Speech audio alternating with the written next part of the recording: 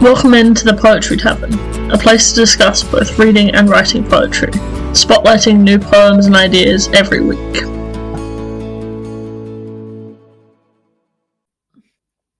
Hello all, and welcome into the Poetry Tavern. As always, I'm your host Charlotte. This week, we're going to be talking about Dialogism? I'm basically looking at dialogue and conversational poetry. I just think there's something really fun about a back and forth and a thing that you write yourself. I mean, there's just something so fun about it. I've been looking at sort of people that talk about dialogue for this and for something else. It's just interesting to think about what is it in conversations we have that is important. What is it about that is more than just the words we're saying? I was looking at this guy, Mikhail Bartlin. I think. So correct me if I'm wrong, but he looked a lot at dialogue, and about what it actually means. And I think I was reading some of his stuff, and it's a tiny bit dense, but from what I got for it is there is no single meaning in a word. Even if you open a dictionary and a word has one meaning, there is no single meaning because the meaning of a word is inspired by the people who use it. And each individual person's use of a word affects what they mean when they say it. And even though the meanings are probably very close and similar, our experiences impact us, and we are expressing our experience with the words we say. So yeah, that's a really interesting. So yeah, just looking at a lot of conversational poetry this episode, so let's get into it. So obviously, I'm looking at dialogue and interactions between people and things they say to each other. So when I found a poem called Conversation, this is Conversation by Galway, Kinnell, because there's a lot of poems called Conversation, but this was the one that I pulled out, and I was like, oh, this is interesting, this is intriguing to me. So we're going to go with this one, talk about this one today. How old? It was completely inadvertent. It was more or less late afternoon, and I came over a hilltop, and smack in front of me was the sunset. Couldn't you have turned around and gone back? Wherever you turn, a window in a childhood house fills with fire. Remember we put the pennies we put on the track, how the train left behind only the bright splashes. Everything startles with its beauty. When assigned value has been eradicated, especially if the value assigned is 1 cent. Does the past ever get too heavy to lug around? If your rucksack is too full, it could wrestle you down backwards. Does it ever get lighter? It might if so-called obsolete words start falling off the back end of the language. Is it easier to figure things out when you're old? I once thought so.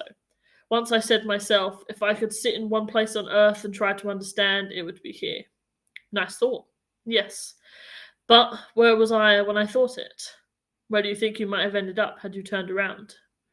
Where the swaying feet of a hanged man could take him.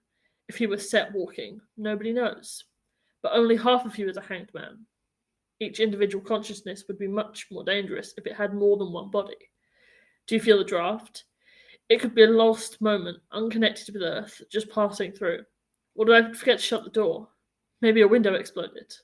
Have you noticed the light bulb in the cellar blows out every 2 months? When ordinary things feel odd and odd things feel normal, be careful. I like life best when everything's doing what it's supposed to. Kisses kiss, roofers roof, matter matters. Don't forget to call your friend in Des Moines. I called him. He said he's feeling good. He said he'd just finished eating an orange. Where would you like to be right now? I'd like to be at McCoy Stadium, watching a good game of baseball. And you? Me too. I like it when there's a runner on third. At every pitch, he starts for home and then immediately scurries back. If it's a wild pitch, he hovers, a moment to be sure it's really wild, and then is quick like a tear and a tiny bit of sunlight inside. Why the bit of sunlight? It would be his allotment of hope.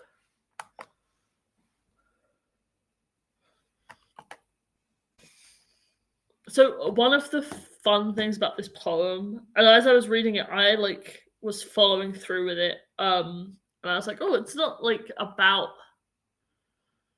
one specific thing, because you can see these switches in conversation, and it's really interesting that it follows a normal conversation that way. I don't know about anyone else, but when I'm having conversations with people, I often will like meander from one topic to the next, and we'll reference back, and then we'll. What's really interesting about this poem is that it has this very human conversation between these two people, and some of it feels very literary, but at its core, it is just this conversation. Have you called your friend? What's he's up to? Where would you like to be right now? Like what? It's this very poetic way of showing it and embedding meaning in something that is very human and basic. And like I feel like they talk about things in a far more poetic way, but these are the conversations that people are having every day. Like, what would you rather be doing? Where do you want to go with your life? Like, have you spoken to your friend? What do you think it would be like if we didn't have that word? Like, these are very, very human things, but adding the poetic makes it all seem so fantastic. Yeah, I just think it's really interesting. So cool. Moving on to our next poem. We're going to be looking at Mutable Earth by Louise Gluck. Hopefully I'm saying that right. Anyway, let's get into it.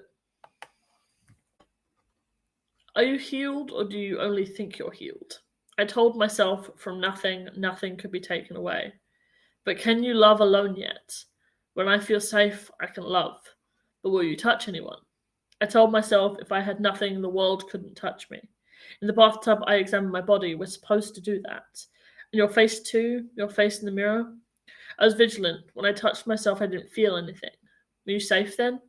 I was never safe, even when I was most hidden. Even then, I was waiting. So you couldn't protect yourself. The absolute erodes. The boundary, the wall, around the self erodes. If I was waiting, I had been invaded by time. But do you think you're free? I think I recognized the patterns of my nature. But do you think you're free? I had nothing, and I was still changed. Like a costume, my numbness was taken away. Then hunger was added. Again, this is another poem with that back and forth, this dialogue between two people. It's so. This one's a lot shorter. I mean, it's probably took me about half as much time to read, but it's interesting because it's different. Not only is it shorter, but it also stays on the same topic, and like it's talking about this like taking care of yourself. And I mean, it is to me. I mean, it could be absolutely different, but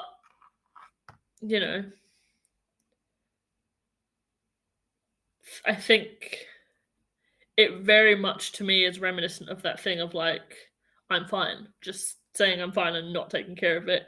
And that doesn't mean that it is fine, it just like means that it just is being pushed down. I mean, that line, that sort of final thing of like my numbness was taken away, the hunger was added, is very sort of reminiscent of that idea.